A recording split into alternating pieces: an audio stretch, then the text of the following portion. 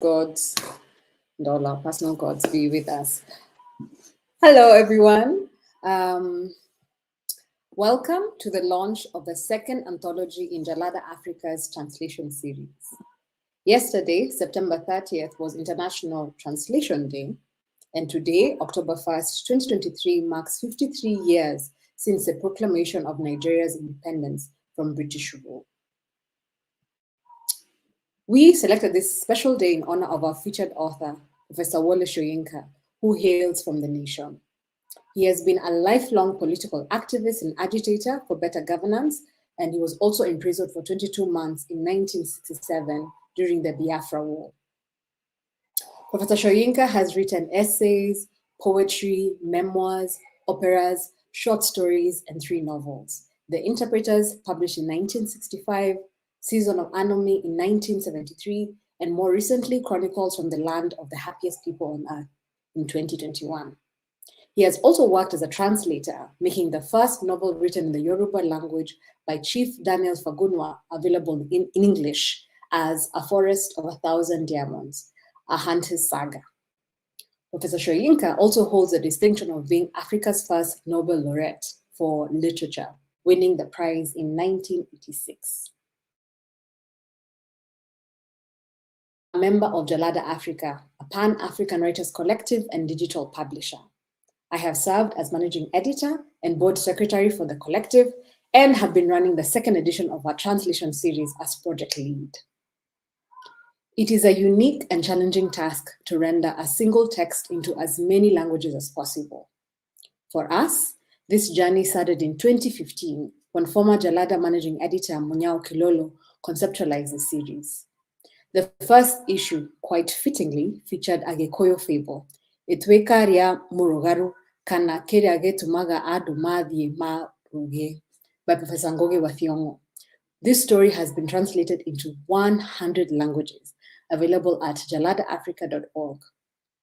This was a historic milestone, an absolute first in African publishing, which we celebrated in 2021 during the 2-day Jalada Languages and Translation Symposium, where 40 participants, including writers, poets, performers, scholars, and editors, gathered together to discuss how literature and translation could be tools for cultural preservation and how indigenous languages could push back against colonial legacies. These discussions are available on our YouTube page. As I took over the mantle in 2021, a year into one of the most destabilizing global events in recent memory, I began to see how the translation series also served as a legacy project that preserved and celebrated the works and ideas of Africa's literary giants, while also engendering intergenerational and cross-cultural conversations. Professor Soyinka's poem, Mandela Comes to Lair, engages with dissidents across space and time. It was written in 2019 as a companion piece to a special bilingual pamphlet written for World Poetry Day in Italy. The 3 figures within the piece, Malala Yousafzai, Leah Sharibu, and Nelson Mandela, are luminaries, deliberately selected for exhibiting tremendous bravery and, in the case of the young women, to highlight the predicament of the woman in this age of religious fundamentalism. In just 100 words, Professor Soyinka paints a stirring picture of how each one refused to kowtow even under the most difficult, life-threatening circumstances, each one saying no to the oppressor. We are deeply honored to have been gifted this piece for the new issue. I cannot thank enough the generous men and women who have contributed to the translation work. We have over 50 languages in this issue, representing more than 20 countries across the globe. It is everything from Akan to Korean, Belizean Creole, Ronyankore, Dutch, Marakwet, Nepali, and Shetlandic. It is a vast and beautiful Tower of Babel. A good number also have sent in audio recordings of the translations, and this ensures greater accessibility of the text and ideas within the work. And as with all of Jalada's offerings, this new issue will be published on our website for free access by all interested parties. However, the internet is a pen with many hungry animals. And in this age of AI, where learning is by consumption of huge data sets without honoring the artists and thinkers who create the work, I hold a genuine fear of unleashing new data points that could later undermine our original genius. However, this fear is trumped by the necessity of this work. While we may have many active speakers of our vernaculars within the older generation, and there exists music and broadcast stations transmitting our languages into the world, we still don't have enough literary texts in our mother tongues. There aren't enough stories, books, and academic writings in our vernaculars. We remain in the deep shadows cast by the invading and pillaging forces from our past. In the words of French Tunisian writer and essayist Albert Memmi, the most serious blow suffered by the colonized is being removed from history and from the community. Colonization usurps any free role in either war or peace, every decision contributing to his destiny and that of the world, and all cultural and social responsibility. We are glad to be among the exciting and valiant efforts to publish short stories, novels, and children's literature in our vernaculars. But millions of people still only access text in their languages through the Bible. This is too narrow of a vessel, and our languages are disappearing. The statistics are astounding. Every 40 days, a language dies. And half of all the 7,000 languages currently spoken in the world are projected to become extinct by the end of the century. In the face of such dire realities, the Jalada's translation project then becomes a vehicle for representation. It becomes witness and archive, a reminder that our languages exist and that we exist, and that our ideas and the music within our mother tongues matters. As Kilolo once put it, this series increases the spectrum of African expression.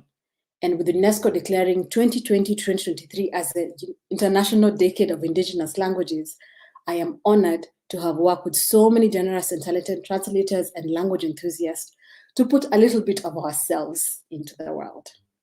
Asante. Now, I promise that I will not be up here by myself discussing this new issue, launching it. So allow me to welcome two of the translators from this issue. That is Jane Bosibori Marando Obuchi, who is a writer, researcher, and teacher. She has been translating into Ekegusi language, or that she translated into Ekegusi's language, Professor Ngogi wa Thiong'o's Upright Revolution. She has published a novel, a collection of children's short stories in Ekegusi, and a dictionary of Ekegusi phrasal verbs. Jane has translated into Ekegusi Chinua Achebe's Things Fall Apart, William Shakespeare's Romeo and Juliet, and her manuscript in review for publication include Ekegusi translations of Professor wa Thiong'o's I Will Marry When I Want and The River Between. Jane provided the Ekegusi translation of Professor Shoyinka's work. Karibu sana, Jane. Right next to Jane is Kola Tobiosun. Please correct me when you're speaking later. He is a Nigerian writer, linguist, and teacher with over a decade and a half of experience in linguistic research, language research, linguistics, creative and travel writing, digital rights, activism, cultural advocacy, documentation, and the arts in general. He is very active in language technology, and I'm keen to talk to him about AI concerns. He holds a master's degree in linguistics from Southern Illinois University, Edwardsville, and a bachelor's in linguistics from the University of Ibadan, and is currently pursuing a PhD program also in linguistics. So Kola has done a lot of work on and offline to further the documentation and digitization of Nigerian and African languages, and we'll hear more about that in our conversation. Kola actually provided the Yoruba translation of Professor Shoyinka's poem and interviewed the bird in person on behalf of Jalada during our symposium in 2021. Long bios, but we are all here together, and I'm so glad to have you here. I'd like to start with you, Kola. We've heard a lot about the work that you do, especially in documentation, but actually, wait, no, so sorry, I have gotten ahead of myself. I think it'd be quite nice to hear a little bit about the languages that you work in, so Yoruba and Ekegusi. Maybe tell us a little bit about how big a community speaks languages, kind of its day-to-day use. Is it appearing in literature already? Where does it appear within your culture, within the present day? Maybe we start with Jane and then we go to you, Kola. Oh, Jane, you're muted, just in case. You're muted, my darling. Hi, everyone. Hello.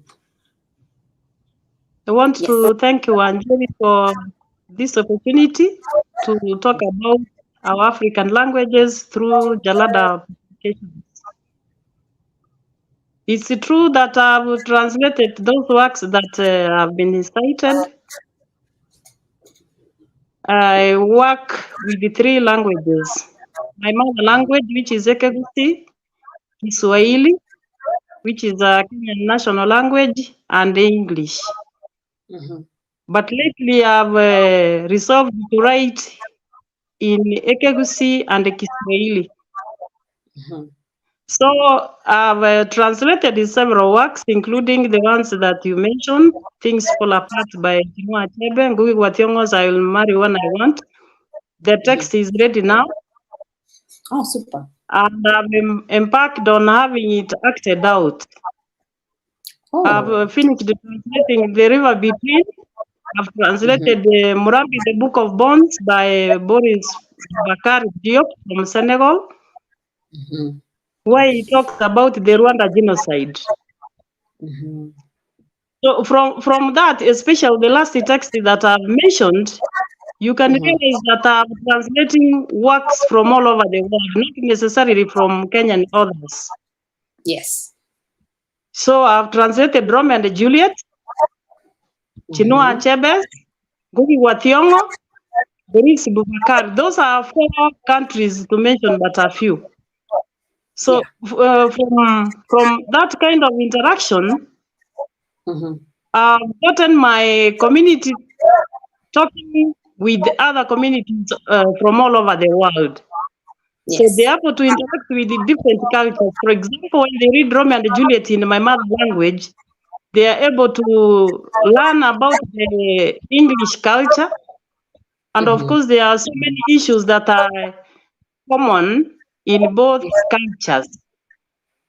Could you maybe If let we us could know do you know how big the community of Ekegusi speakers are? Do you know how many there are? Yes, we have 3 million. We have a population of 3 million.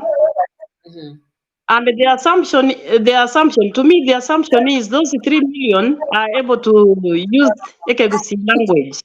That is the assumption. So, by translating those works from various communities, my people are able to communicate with these different communities. Can I switch now to Kola? Could you maybe let us know how big the Yoruba speaking community is and how active is Yoruba in everyday life? Oh, you're also muted. Thank you very much for inviting me, and thank you, Jane. It's nice to meet you. Yoruba language is on paper spoken by about between 50 to 60 million people across the world. A majority of them in Nigeria, but a number of them in Benin, which is a neighboring country to Nigeria. Also in Brazil, which is a outgrowth from the transatlantic slavery. Also in Cuba, and a lot also in the diaspora in the Americas.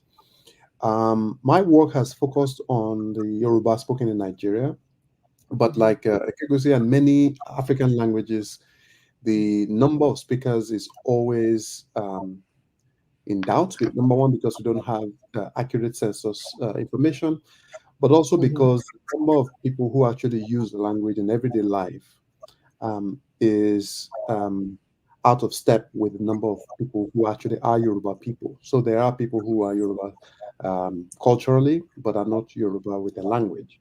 So they speak only English or feel that they don't need to speak the language to be able to get by. So my work mostly has been in translating language. I've translated a number of Nigerian writers and also global writers into Yoruba. Because much of the work is to give Yoruba that visibility. I mean, over the years, there used to be a big and thriving Yoruba language literary culture. You mentioned Shoyinka, who translated Fagua into English. Fagua was a very prominent Yoruba novelist. He wrote about 5 novels in Yoruba. And during his generation and after him, a number of people did write in Yoruba. But since from the 80s, Yoruba language literary culture went down basically because the Nigerian publishers stopped paying attention to publishing in the local language. So over time, the absence of new work in Yoruba also affected the readership. And so now we're in a state where the publishers are not publishing very much in the language, and the readers aren't as many because they don't have work to stimulate them. So everybody still points to Fagua and all the other books from the 60s and the 70s. So my work is trying to find a way to bring back that renaissance, so to speak, of readership in the language, but also work in linguistics and language documentation to make sure that the tools exist for ordinary people to be able to write in the language, and hopefully that helps the language also get back on its feet. Its vibrancy. We're going to talk about those interventions and tools, but I just want to understand, what are the prevailing attitudes about Ekewusi and Yoruba language as it appears in text, in music, in literature? What are young people? What's the contemporary take on this language? Does it have a place in our world right now? Jim?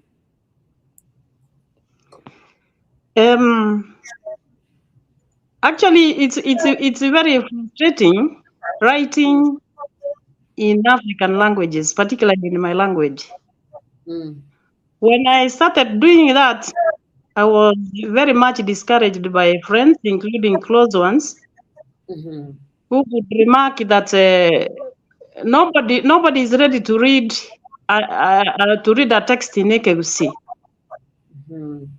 But as scholars put it, sometimes we complain that we don't have speakers and readers in our African languages when we don't have anything to give them for reading. So I just decided to go ahead and self-publish, of course, my works in Ekewusi. And I'm excited to report back that, for example, with the Things Fall Apart translation, it sold out so well. Another assumption is, for those that bought the text, they must have read it, or they must be reading it. That is another assumption.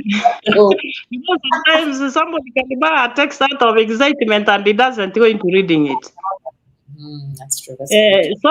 So why I resorted into self-publishing is that I presented my manuscript to a renowned publishing house, but they were not ready to publish it because, as they said, we don't know where to sell that book. At the same time, even the people from my community that buy these texts, some of them complain that they are not able to read in Ekewusi. So I've taken a step further to audio record and sometimes video record the readings so that the readers can read along with me. So this encourages them, or they can listen in as they are working or as they are driving and doing their everyday chores. So sometimes we have to take an extra mile because of the determination and the interest that we have in the preservation of our African languages. So it's not easy. It really isn't. So Kola, what about the attitudes? What people think about Yoruba language? Yes, it is similar to what Jane described, which is crazy because the difference between these two languages in terms of population of speakers is quite large. Yoruba, again, so many people speak it. Still, what you find almost across African societies is that the use of African languages themselves have suffered a lot of setback. One, because of attitude we mentioned earlier, sometimes drawn from colonial attitude or conditioning, where we assume that our languages are not strong or powerful or competent enough to do things that modern languages can do, which is not true. But also because of the lack of institutions. So we talk about publishing houses, who are typically in societies the ones that should take the risk and empower languages so that they can be used in society. And then there's also the political issues. We come from places where multilingual societies where Nigeria has about 500 languages or so, and you get the impression from people that if you use your own language, it means you're denigrating other languages, which is not true. Or that Yes. there's ethnic suspicions. You speak a language in public, and people say, "Oh, why are you not speaking my own language?" Or why is only your why are you promoting only your language? And those are attitudes that needs to be fixed before you get publishers or people who are cultural custodians to be able to pay attention and do what the things they ordinarily would have. It's amazing. I mean, I always mention this that the Yeah. Yoruba language publishing industry thrived a lot when the British were in charge of publishing. It's crazy. Fakara was published by Nelson in 1958 or thereabout. And a number of other Yoruba writers were published by Heinemann and a number of Oxford University Press. And as soon as the publishing industry became nationalized to Nigerians, that's when you started having second thoughts about publishing in the language. So the attitude again, we don't know how much of it is natural from condition, how much of it is by the lack of institutions. But in Nigeria today, you do find a number of people who are still craving opportunities to lead in their local language. I published a translation of Haruki Murakami, which was the first African language into which the story was translated. It was a story titled "The Confessions of a Shinagawa Monkey." Oh, wow. And it was well read on Olongo Africa, where I published it. I have published Shoyinka's translation into Yoruba, published work by Chimamanda Adichie into Yoruba. And I do find a number of people who read them and who are impressed by it. Not in print, usually we do it online because, again, the market needs to be ready for people to want to pay money to say they want to read in their local language. You do find then people who say, what's the point of it? Why am I reading my local language when I can read in English? But my work is not just the idea of putting literature in these languages, it's also a way to help revitalize the language because in the process of translating, you first you sometimes have to invent new words because there are texts in English that don't exist in your local language. So sometimes a new way to describe them. That helps me as a linguist. It helps my own language capability, but it also grows the language and helps other people show that the language is capable and language is not static. If you can interpret snow in Yoruba, even though Nigeria doesn't have snow, you have grown your language in a way that expands its capability. And to see that that can be done then helps understand that every language can do anything as long as you make them do it. So you mentioned before that there's some tools you've put out there that help people, and also you've worked to increase the visibility and accurate representation of Yoruba language in institutes like Twitter, now X, Google, and the BBC Academy, going so far as creating a tone marking software and the website yorubaname.com, a multimedia dictionary. How have you found these tools being used by individuals? Has it shifted thinking about ease in writing with these languages? Oh yes, In this certainly. In 2015, I launched this yorubaname.com, the dictionary of Yoruba names, which was my own passion project quite an ambitious project to document all the names in Yoruba in one multimedia space. Now we have over 7,000 or so names there. And while working on that, because Yoruba is a tonal language, if you look at how I wrote my name, you see the markings under and top of the vowels. This is a typical way to make sure that people who read the name know how it's pronounced. For people who are speaking of which, learning. could you please correctly pronounce your name? Because I know I must have it. Hola, you got it right. Tubosun is the last name. Tubosun. So the tone marks, the one that's facing the right, that's angling upwards, is the high tone. The one that's facing down on the O is the low tone. So it's two box. Okay. And all Yoruba language words need those tones to be able to disambiguate, because Yoruba is a tonal language, just like Mandarin. You might want to say something and then you say another thing because you didn't tone mark properly. So to be able to write with those tools, we realized that there was no avenue online where you could actually even find a way to write it on the computer. You could write it with your hand. Many people who know the skill do. But because the schools don't teach languages as a compulsory subject anymore, many people didn't learn it, even from home. So we created this tool, which we now have at writeyoruba.com, which you can anybody can download. and use. It was free from 2015 to about a week ago. It's been downloaded about A week ago? 3,000. Oh no. About over 3,000 times it's been downloaded. Oh wow, amazing. The reason we put a little token on it, first because I had gotten tired of every time people had downloaded it, has to send a notice to me. I have to approve it, and I thought, well, so many people show interest in it, let them be able to sort it out themselves online, and to be able to use the little token we get from it to continue to power the work we do at yorubaname.com, because there are a lot of volunteers who do this work for free, and we realize, okay, this marketing software is useful for people. Let them have a way to be able to download it for free with a token amount, and then help them. So people can then write and type properly in Yoruba on the internet. And one of the things I've also argued about is that when you're able to write properly on the internet, you then also empower the opportunities that exist in language technology to be able to create more in Yoruba. So, for instance, Google Translate has this issue with a number of African languages. You put a text and then it gives you this horrendous or hilarious translation. Back? Yeah. We're back. The internet. You mentioned Google and then something happened. Yeah, in Yoruba, because of the disambiguation, many of the things Google used were not properly cleaned up Yoruba texts. I'll be back. So the ambiguation is still there. You ask for. Can everybody hear me? I can hear you. We can hear you well. I can hear you. Oh, we are frozen now. Jen, can you hear me?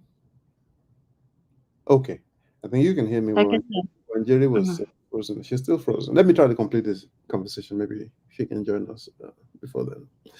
So you put things into Google, and because of disambiguation, you find that. Okay, super. Actually, the funny thing that it went when you said Google, so I don't know. Google is trying to sabotage our conversation. I know.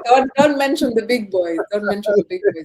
So the translation efforts in Yoruba has always been terrible, and I blame that one on the fact that the work they put in is garbage in, garbage out. Right? If you didn't put the right amount of text that are properly written, then output is going to be terrible.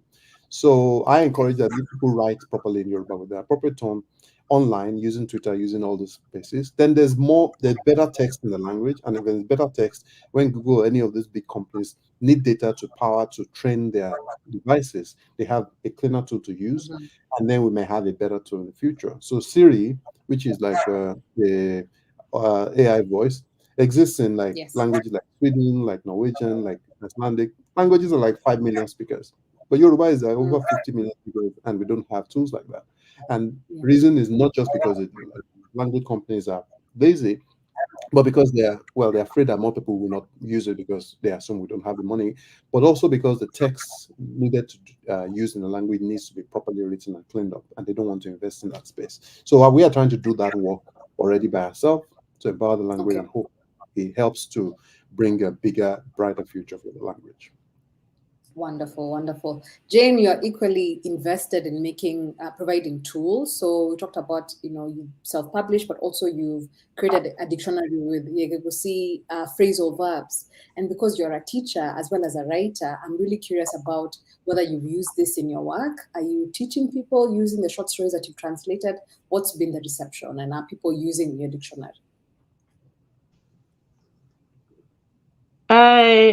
I should confess that I'm way behind what Tubosuna has done. I hope I've pronounced that name well. So, Kolas talked about Yoruba being a tonal language. So is Ekebisi. And it's unfortunate that for my language, we don't have an orthography. Actually, that is the first snack into translating in ABC. We don't have an orthography. So sometimes when I'm translating, I'm torn between giving the right pronunciation or the right writing to a word as I feel should be pronounced, and what maybe I get from my friends after consulting with them. Oftentimes when I'm reading my texts, I find myself getting into a great embarrassment, because there could be a word that is written in the same manner, but the pronunciation is the same. It is different, and the meaning is different. And it happens that one of the meanings to this word is an obscenity.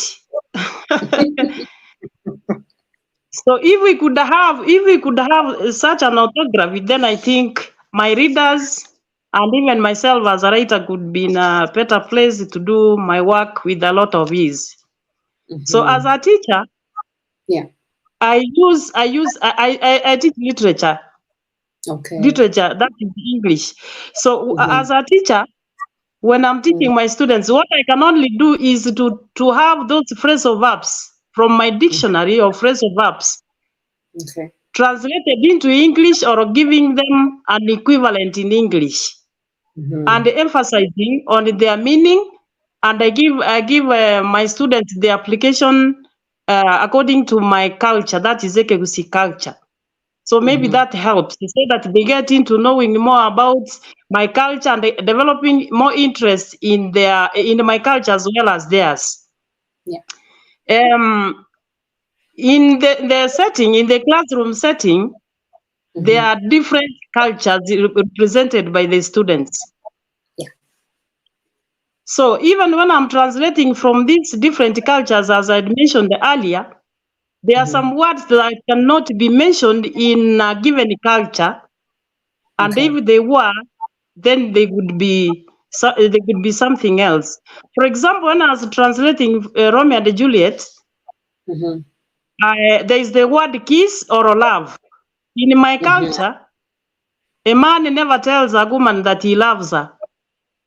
Not to mention a kiss.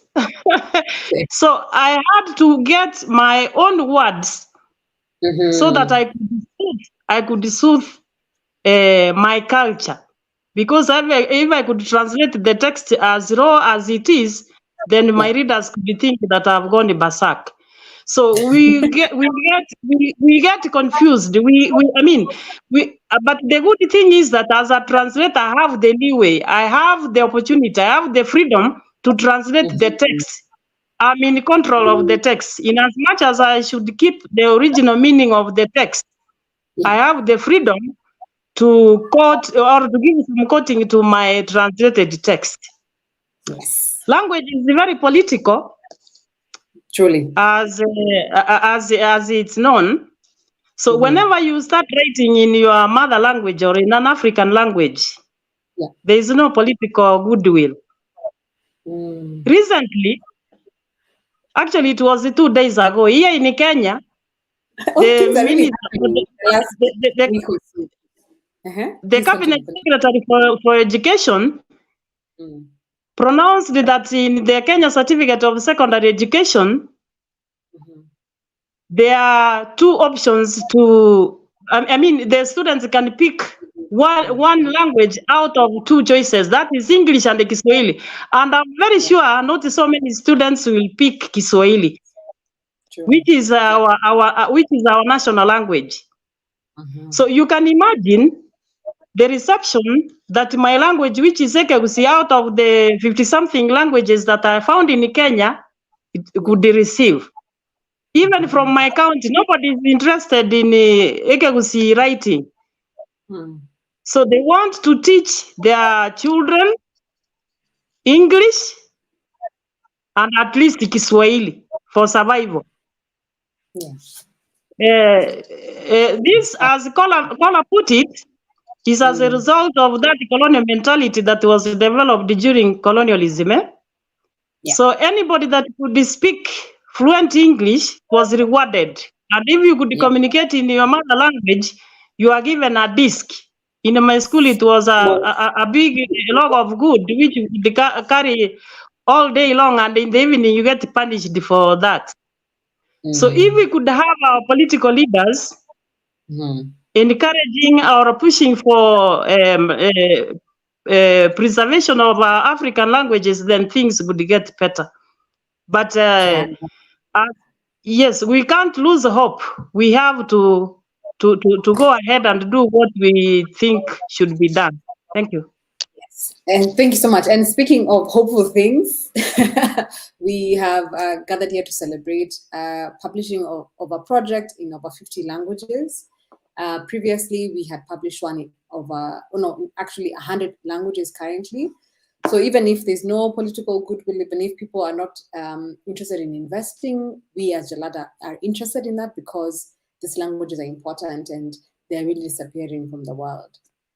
So I would like to invite both of you to read from your text, and then I shall read the English translation. So please, can we hear Kola read the Yoruba translation of Mandela Comes to Life?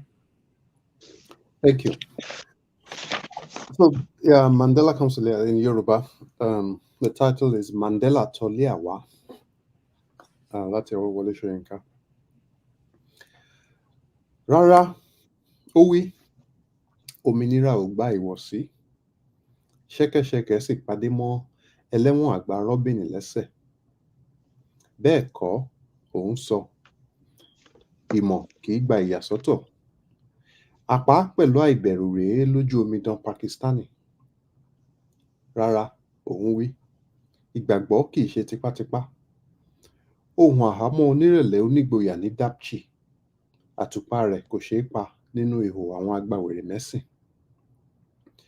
Torí náà, láti inú ìgbà wá, ohun ẹ̀rí tó ń padà wá, Mandela, Malala, Leah Sharibu, àtùpà tó ní bẹ́ẹ̀ kọ́ ní Prometheus wí, iná àti orin ń rí ìyapa, ìmọ́lẹ̀ yòyò kan bú jáde, Chibok àti Dapchi, láti mú ayé mọ́lẹ̀ sí.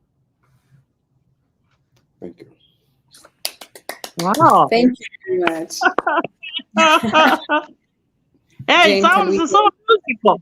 It happens in every tonal language. You know how it is. Jane, can we please hear the wonderful Ekegusi? The title is Mandera Ocheirerea Naole Soyinga. Yaya teribo Mandera agateba. Bosibore tibori gento giakwenaria. Nechingatare chiana ntigwe igoro y'omonyarogongo bwa egesinga kia Robeni. Yaya teribo Rea agateba. Bomanyi tibori gwanchera gocherera. Nare n'ebisambo korende teirogetie obosigwa omorerio Pakistan. Yaya teribo Rea agateba. Kwegena tikori kebetererio. Eriogirio omosakorwa rikanyeku korende rienenu ase tabuchi. Etochi yarea tekomisigwa emeyeri kuruma yabasiroti. Eri ase ebiro biensi eriogirie emoma riko eirora. Mandera, Marara, Rea Saribu, etochi ya Yaya teribo Prometheus agateba. Rigenga riogotera. Bianyorire ogotiemwa rigenga riobotonu. Riatekire goetera Chiboki na Tabuchi eriokomorekera ense naende. By the way, I Great. wanted to mention something. I wanted to say Mhm. something about what you mentioned earlier about orthography and the use of language. It's quite interesting because one thing, the advantage you have of being the first or the most prominent translator in your language is that much of all you do then eventually becomes the basis for a number of orthographical work in that language. Because some people do it in the academia and in the school, but you doing it through creative writing also helps because then people come in the future want the word for a language. Oh, a writer has done it before. He has used this word for kiss. He has used this word for this and that.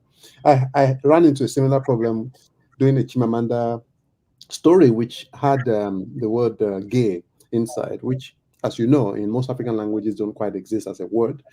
Even Yoruba doesn't have pronouns as well. I was trying to deal with he or she when she's, having conversations. So it's one of those things where it forces you to innovate and invent and maybe hopefully benefit the people who come behind you. I just wanted to mention that. That's Lovely. right. We'll Thank actually talk about that. Yes. I'm happy to delve into the ways in which working with this text you had to invent or the opportunities where previously you've done that. Okay, I'm going to read it in English. Mandela comes to Leah. No, he said, freedom is never conditioned and shackles clamped on the veteran of Robben Island. No, she said, knowledge permits no exclusion. Scarred but unscared, the face of the maid of Pakistan. No, she said, faith is not on compulsion. A captive voice, demure but defiant in Dapchi, her torch undimmed in the den of zealots. Thus, across time, testamentary voice recurrent, Mandela, Malala, Leah Sharibu, the torch of no, said Prometheus, flame and anthem, finds fissures, a lustrous flame bursts through Chibok and Dapchi to re-illuminate the world. Thank you. Claps for me, please.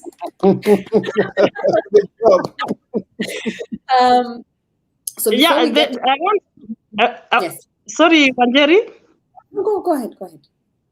Yes, you know, there's a problem when it comes to translating, especially that poem by Ole Soyinka.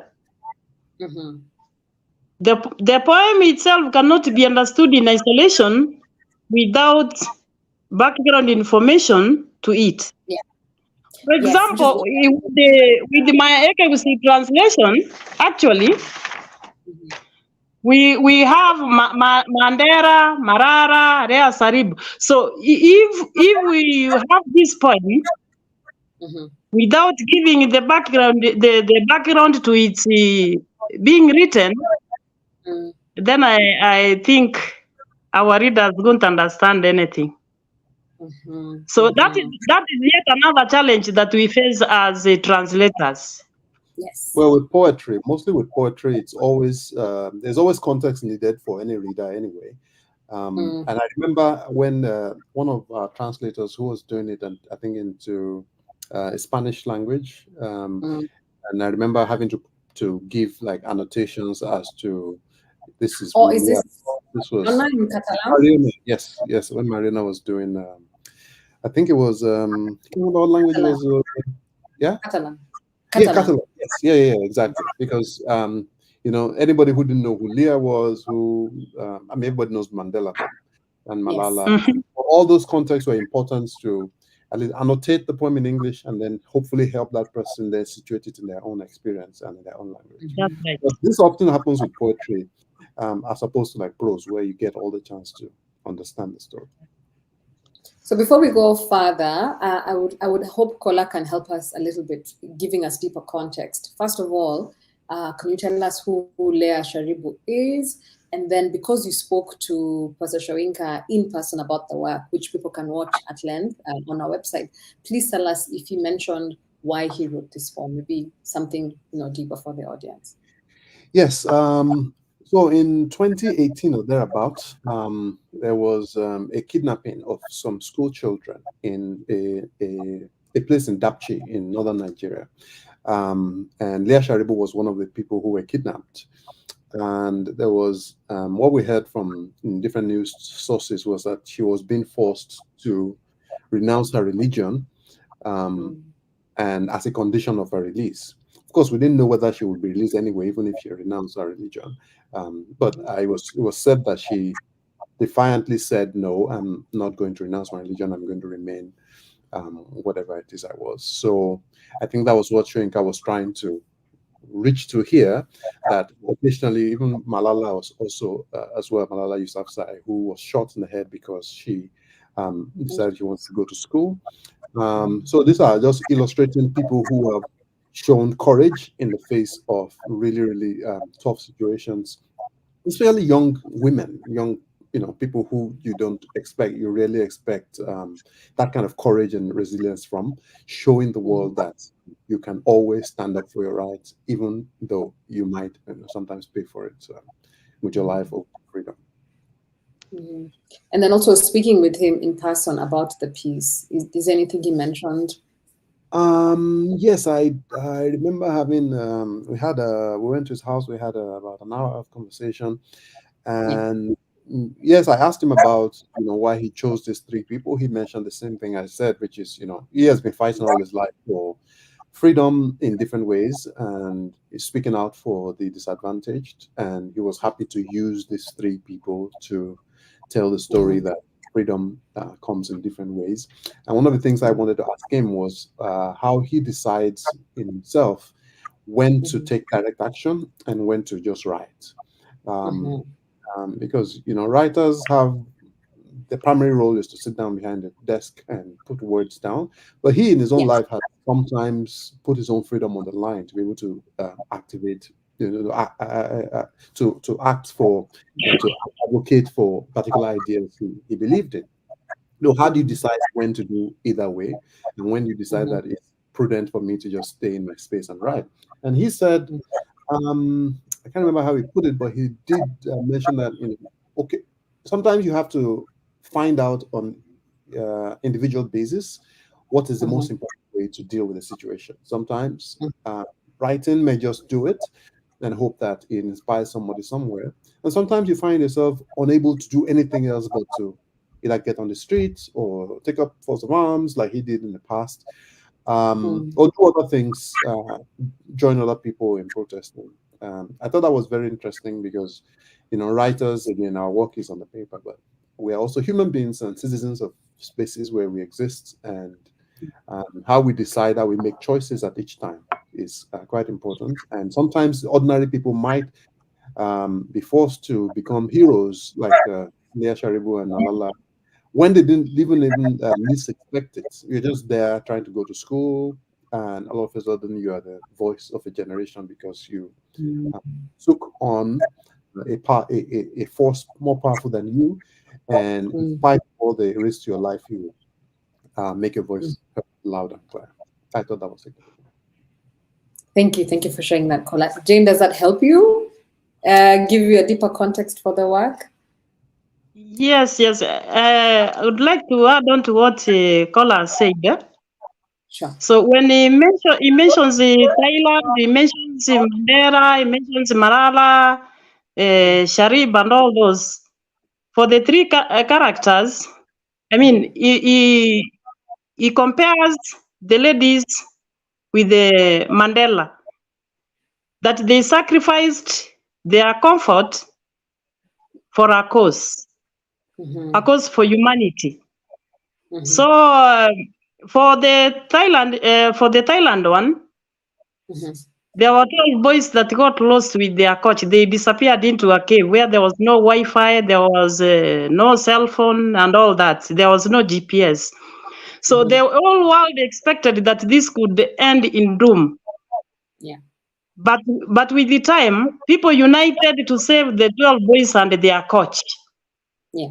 So when Wole Soyinka gives us this poem, he tells us, as scholars has said, there is nothing that can stand between us and what we believe in, or what we believe is good to be done.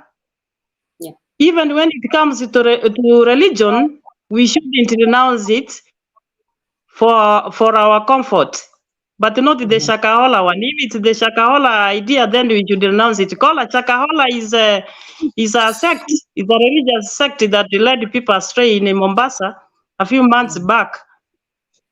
I think you are aware. So this poem is encouraging us as humanity to stand firm for what we think is right. And this brings us back to what we are doing as translators into our African languages. We have indicated clearly that we don't have support from anywhere, not our Fox people, not from the government, not from anywhere else. So when we know that what we are doing is the right thing, even if we get discouraged by people around us or by anybody else, we should stand for that. So I feel that this poem is very relevant to our cause, the cause of translation, and therefore we should keep on to what we are doing without bearing in mind that we don't have any support from anywhere. Thank you. I think we have each other. Thank you so much, Jane. I think that's why we exist in community, so we can prop each other up and support each other in the cause. I was going to ask you, actually, Jane, because you've worked with us in our first translation issue with the fable and now on the poem. Is there anything you learned while doing the first project you applied to the second one, or how was that experience for you as we conclude our conversation?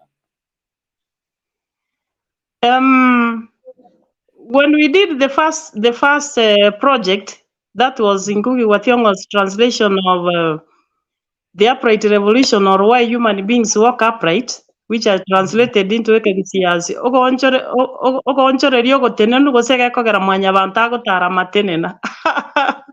So when I translated this story, actually I did the audio recording of it, and I posted on my social media platforms, including YouTube, Facebook, WhatsApp, and everywhere. I was very excited when I found out that one young man had taken that story, The Upright Revolution, and written another story with different characters. Actually, he has published a book. He has changed a few things with the story. So the story talks about the unity of the body, the unity of the body. Yeah. Yes, body parts. So this story is very relevant in the sense that right now in Africa we are disunited. I don't know if I should use that word. Forgive me for that. We are massacring English. We don't care for English. We're here for our languages only. So don't worry. No, we are disunited in the sense that we are not speaking in one voice. True. Our leaders are not speaking in unison and all that. Yeah. And so, if this story could be taken deeply, we could live as a united Africa. And that is the cry of every African, that we be united. So when I did this first project, I want to congratulate Mr. Munyao Kilolo for a work well done. And I want to congratulate you too for this project that you have done. Because having a work translated into more than 100 languages or 50 languages for this second project, 50 languages and still counting, is not easy. So that shows us that as Africans, we have interest in our languages. When you made a call for translators, and you had them turning up in those large numbers, that shows us that we have that passion for our languages. It's only that we have not been given an opportunity to do the work. Yeah. So for the two projects, I was very excited to embark on the first one, and I'm very excited to be part of this second one, because that is something I'm passionate about, having our African languages preserved. Thank you. Thank you, Jane. And there are many like Jane in this project. We gave our first right of refusal to the original pool of translators, and many came back and said yes, they're willing to continue the journey with us. So from Jalada and from the entire team, really, thank you so much for many like Jane who have walked with us on this journey. Kola is new to the game. Hopefully we'll see you on the next edition. I was on the first one too. You were oh my goodness! I translated the Yoruba version of in my defense, 100 languages. But really, honestly, this work is impossible without all of you giving your time and your talent, and we are deeply, deeply grateful. I think our work, you make our work easy, because you allow us to dream, because now we are dreaming together. And on that very uplifting and wonderful note, I want to say thank you for your time. Kola, it's very early in the morning for you, so thank you for starting the day with us. Jane and myself, it's in the afternoon here in Nairobi, but really thank you as well for your time, for your Sunday.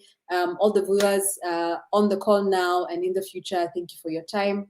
Please visit jaladaafrica.org to read the first issue, and the second issue will be up online because people are African trimers. They sent in the text late, so we're still uploading, but I would say by 4 p.m. East Africa time, everything will be online for everyone to enjoy.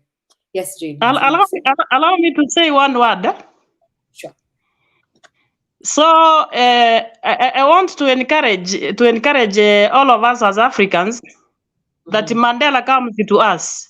May Mandela come to us. It's my prayer that Mandela comes to us May Leah come to us.